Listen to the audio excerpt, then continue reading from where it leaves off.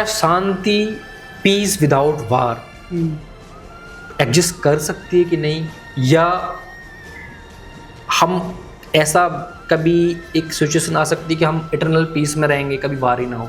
आपका इस चीज़ पे क्या पॉइंट ऑफ व्यू है? देखिए, ऐसा हुआ है हमारे संसार में कि कुछ लोगों ने ऐसा एक सोच बना लिया कि there can be eternal peace और परमानेंट पीस, एंड वॉर का कोई जगह होना ही नहीं चाहिए संसार में।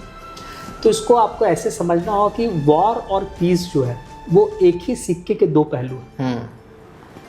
ऐसा भी नहीं हो सकता है कि संसार में सिर्फ और सिर्फ वॉर ही होगा, पीस नहीं होगा, और ऐसा भी नहीं हो सकता है कि सिर्फ पीस ही होगा, वॉर नहीं होगा। तो जैसा हम लोगों ने पहले डिस्कशन किया कि बुद्धिज्म, जैनिज्म, इनका जो प्रभाव जो रहा वो बहुत पैसिफिस्ट रहा, और फिर उसी के प्रोडक्ट में आए गांधी जी। गांधी जी भी हमेशा नॉन वायलेंस और पीस का सबसे ज़्यादा बात की। लेकिन देखिए हुआ क्या, बुद्धिज्म, जैनिज्म के प्रभाव में आने के बाद, और अगर हम रिसेंट एग्जांपल ले गांधीज्म, तो आज़ादी के बाद जो गांधीयन फिलॉसफी था कि गांधी जी बहुत इंटरेस्टेड नहीं थे कि आर्म्स एंड एम्यूनिशन का मैन्युफैक्चर किया जाए इंडिया में। हाँ, अच्छा, बहुत ज़्यादा मॉडर्नाइजेशन के पक्ष में भी नहीं थे, क्योंकि उन्हीं के ज़माने में फर्स्ट वर्ल्ड वॉर और सेकेंड वर्ल्ड वॉर लड़ा गया था और वायलेंस हुआ था। तो देखिए, आप वॉर नहीं करना चाहते हैं, क्या आपके ऊपर आप गारंटी लेते हैं कि आपके ऊपर वॉर थोपा नहीं जाएगा? नेहरू जी गांधी जी के लिगेसी को बढ़ाते हुए प्राइम मिनिस्टर बने देश का।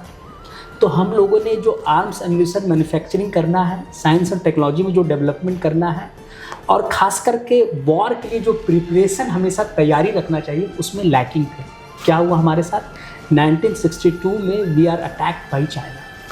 बताते हैं कि ये इतना ह्यूमिलिएटिंग था नेहरू जी के लिए उस समय, चूँकि चाइना ने हमारी काफ़ी टेरिटरी पे कब्जा कर लिया उस समय। और बताते हैं कि नेहरू जी का डेथ का कारण ये भी है। अच्छा, पर्सनल नेहरू जी को पर्सनल ग्रीफ हुआ और वो अपने आप को फेल्योर मानते थे, तो उनका डेथ को ये ट्रिगर भी किया। तो ऐसा ह्यूमिलिएशन हम लोगों ने फेस किया 1962 में। तो ये आइडियलिज्म है। हम आर्म्स एंड एम्यूनिशन मैन्युफैक्चर नहीं करेंगे, हम साइंस और टेक्नोलॉजी में न्यूक्लियर वेपन को डेवलप नहीं करेंगे। तो ये सब आप अगर नहीं करेंगे तो वॉर आप में लड़ेंगे तो आपके ऊपर थोपा जाएगा। तो you must always prepare for fighting war because you are a nation.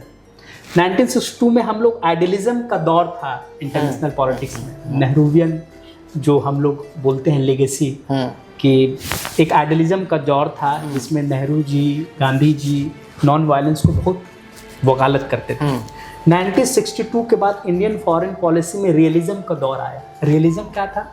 Indira ji जब आई पावर में तो वो बहुत रियलिस्टिक थी पॉलिटिक्स में।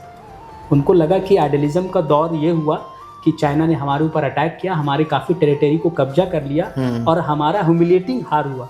फिर उन्होंने रियलिज्म क्या अपनाया? 65 में चाइना से ही इनकरेज होके पाकिस्तान ने इंडिया पे अटैक किया। हम लोगों ने 65 में पाकिस्तान को धूल चटाया तो चटाया। उसके बाद 1971 में लॉर्ड कृष्णा का फिलॉसफी को फॉलो करते हुए और चाणक्य नीति अपनाते हुए साम दाम दंड भेद बांग्लादेश को पाकिस्तान से अलग करवाया। बांग्लादेश मुक्ति वाहिनी सेना बना, वो अपनी आज़ादी के लिए लड़ाई लड़ा, इंडिया ने फुल सपोर्ट किया, and Bangladesh was liberated only because of India and Indira Gandhi ji. तो ये है रियलिज्म, ये है कृष्ण का फिलॉसफी, ये है चाणक्य फिलॉसफी, साम दाम दंड भेद। एक कंट्री जो आप पे अटैक करता है बार बार, उसको कैसे सबक सिखाया जाए। तो फिर इंडियन फॉरेन पॉलिसी में रियलिज्म का दौर आया इंदिरा जी के समय। तो वॉर आप नहीं करना चाहेंगे, लेकिन वॉर आपके ऊपर थोपा जा सकता है। तब उस समय अगर आप प्रिपेयर नहीं हैं तो फिर आपको बहुत ह्यूमिलिएटिंग डिफीट होता है। इसका एक और दूसरा एग्जांपल देंगे। ब्रिटिशर्स से हम लोग लड़ने में घबरा गए। वो कंट्री जो आत्मा को अजर अमर मानता है, वो कंट्री जो आत्मा को मानता है कि वो कभी नष्ट नहीं हो सकता है, उसको मारा नहीं जा सकता है, वो कंट्री इतनी डरपोक कम्युनिटी हुई कि ब्रिटिशर्स 2-2.5 लाख आके 33 करोड़ और 30 करोड़ आबादी वाले कंट्री को गुलाम बना दिया। आप वॉर नहीं लड़ना चाहते थे, आप पीसफुल कंट्री थे। आपके साथ क्या हुआ? फर्स्ट वर्ल्ड वॉर में आप ब्रिटिशर्स के साथ ब्रिटिश इंडियन आर्मी बन के ब्रिटिश के कॉलोनी बचाने के लिए लड़ाई लड़े फर्स्ट वर्ल्ड वॉर में। सेकेंड वर्ल्ड वॉर में आप ब्रिटिश की कॉलोनी बचाने के लिए वॉर लड़े। म्यांमार, बर्मा, कहाँ कहाँ आप जाके वॉर लड़े, सिंगापुर। तो क्या है ये, आप वॉर नहीं लड़ेंगे तो आप दूसरे के लिए वॉर लड़ेंगे, दूसरे के कॉलोनी बचाने के लिए, दूसरे के एक्सपेंशनिस्ट पॉलिसी के लिए। तो वॉर और peace, this are also, war और पीस जो है वो एक ही सिक्के के दो पहलू हैं, and war is also part and parcel of our life. हाँ, हम अननेसेसरी वॉर के फेवर में कभी नहीं रहा, इंडिया कभी भी अननेसेसरी वॉर के फेवर में नहीं होना चाहिए।